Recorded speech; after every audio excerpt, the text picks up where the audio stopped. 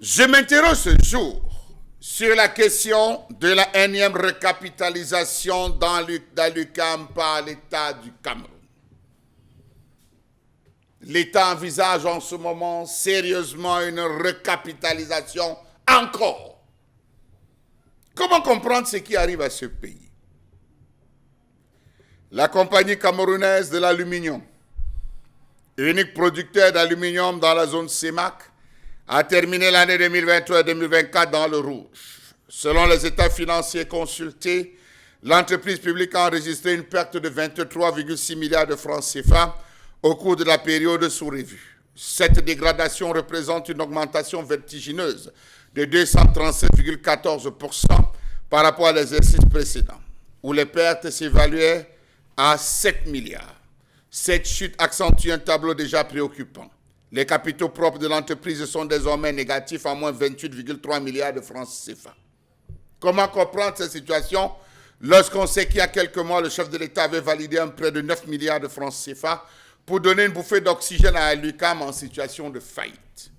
Comment une entreprise qui a le monopole, c'est une question bête, une entreprise qui a le monopole dans une sous-région peut être en faillite? Question. Comment l'UQAM peut être en faillite avec toute la demande en aluminium au Cameroun? N'y a-t-il pas lieu de voir que c'est l'État lui-même qui, à travers des différentes importations, a fragilisé ce secteur? Question. l'UQAM en faillite, SICAM en faillite, qu'est-ce qui marche encore bien alors que tout cela appartient au Cameroun?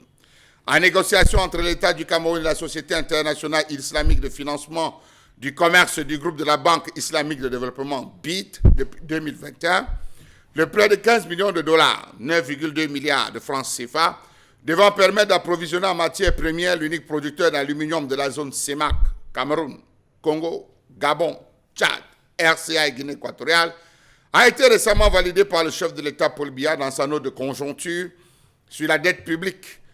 Le président Paul Biya, autant pour moi. Dans sa note de conjoncture sur la dette publique au premier trimestre 2023, la Caisse autonome d'amortissement, le gestionnaire de la dette publique du Cameroun, avait révélé que le président de la République a signé depuis le 8 février 2023 un décret. Et ce décret, véritablement, devait être une bouffée d'oxygène qui devait permettre à l'UQAM de repartir sur de nouvelles bases.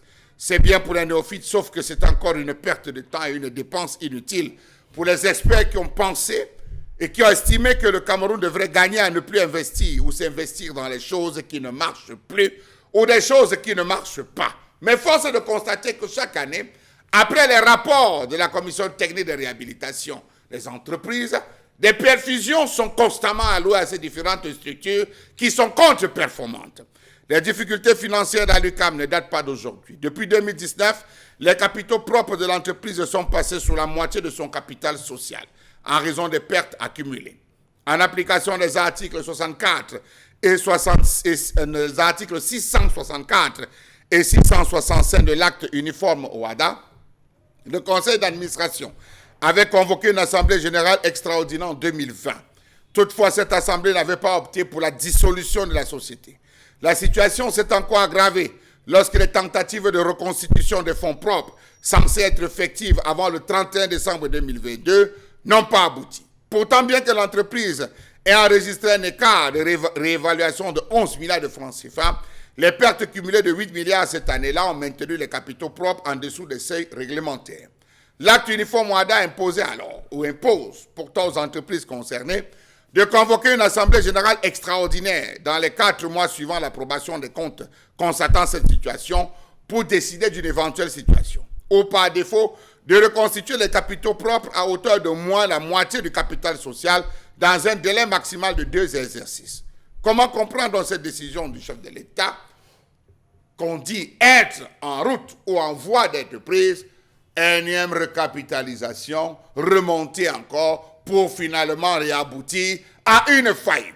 Malgré les multiples perfusions à elle allouées par le gouvernement camerounais, la situation n'est pas stable. Pourquoi l'État s'est-il empressé à perfuser cette structure lorsqu'on sait qu'en dépit de l'appel à investisseurs pour la reprise des actifs de Rio Tinto Alcan au sein de l'UQAM et Socatral, actifs officiellement transférés à l'État du Cameroun au courant de l'année 2015, Aucun partenaire stratégique n'a censé ou n'a semblé être intéressé par le mastodonte de l'aluminium au Cameroun, déjà confronté à la baisse des cours mondiaux.